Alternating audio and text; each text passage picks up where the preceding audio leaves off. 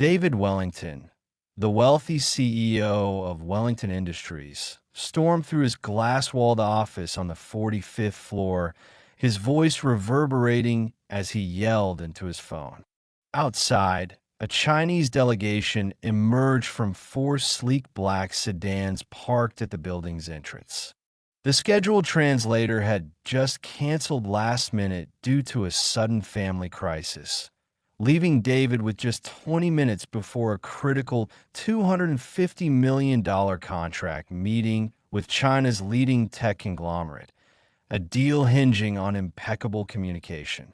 Sweat trickled down his brow as he adjusted his silk tie.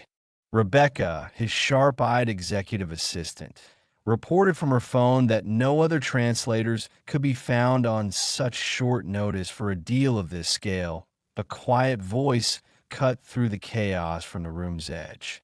"Excuse me, Mr. Wellington. I speak fluent Mandarin." All heads turned to Jasmine Parker, 29, who paused her dusting, clutching a microfiber cloth in her standard gray maintenance uniform. She had worked the executive floors for 4 years, blending into the background with her efficiency and discretion. The room fell silent, the hum of the ventilation system filling the void.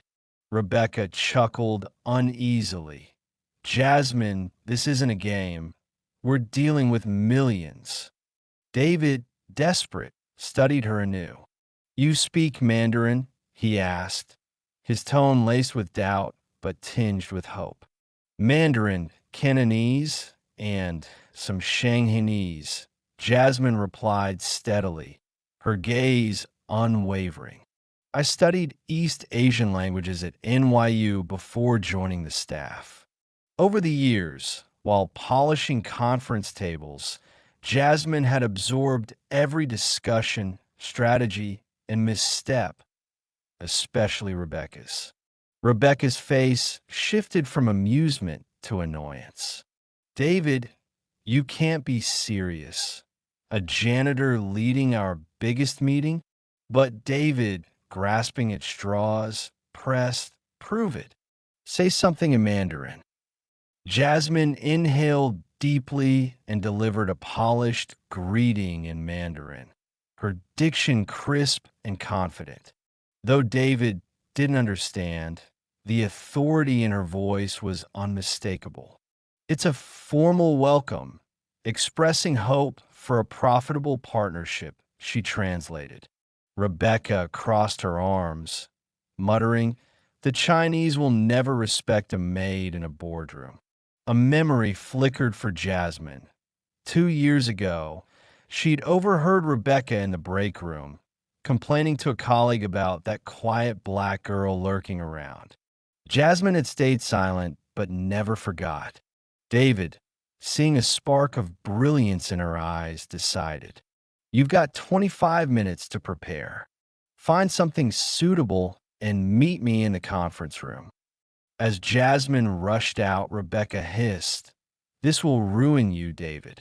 Unbeknownst to them, Jasmine's years of observation had honed her for this moment. 25 minutes later, Jasmine entered the conference room in a borrowed navy dress, her hair neatly tied back, notepad in hand. Thomas, the CFO, whispered, "Is that really her?" Rebecca sneered to an aide, "Dress her up, but she's still the help." The Chinese delegation, 6 executives in tailored suits, arrived promptly, chatting in Mandarin. David introduced Jasmine as our Asian markets liaison, omitting her current role. Her fluent responses and cultural insights impressed Mr. Lee, the delegation head, until Rebecca interjected with a smug, "Maybe we should share her inspiring rise from cleaning staff." Jasmine, recalling her forced exit from NYU to care for her ailing mother, replied calmly, "Life offers unexpected paths. Our company values diverse talent." The room tensed as Mr. Lee's expression shifted, uneasy with the hierarchy breach. The meeting concluded with a cautious, "We'll review the proposal." Afterward, Rebecca smirked. "That was a disaster. Next time, be upfront about qualifications." But Jasmine countered, "Mr. Lee noted my skills, but questioned our structure. He wants to discuss it privately." Rebecca's confidence wavered. Back in her uniform, Jasmine overheard Rebecca boast to a coworker, "David thought a cleaner could save us." Then her phone buzzed. A message in Chinese from Mr. Lee inviting her to meet at Lotus Tea House on 38th Street at 9 a.m. with a promising offer. That night, in her modest Queens apartment, Jasmine opened a file she'd compiled over 2 years.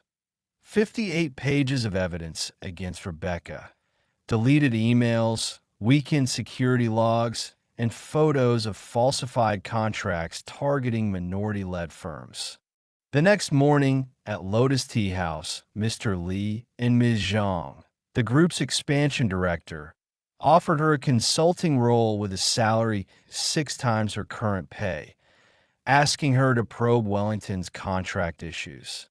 "We need someone who understands both worlds and doesn't bend to petty egos," Ms. Zhang said. Jasmine hinted at irregularities without specifics, and they handed her a card for Parker Global Solutions. An emergency board meeting followed the Chinese complaint about contract fraud.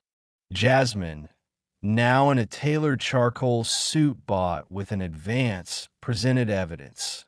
Rebecca's emails rigging bids, recordings of discriminatory rants, and altered records. Rebecca's defense collapsed as the board fired her and escalated the case to federal authorities. 6 months later, Jasmine, earning $350,000, had secured $450 million in Asian deals. Rebecca, fined $60,000 and banned from executive roles. Watch Jasmine's business monthly cover story from a cramped Bronx flat. At Howard, Jasmine launched a scholarship fund, proving talent outshines prejudice.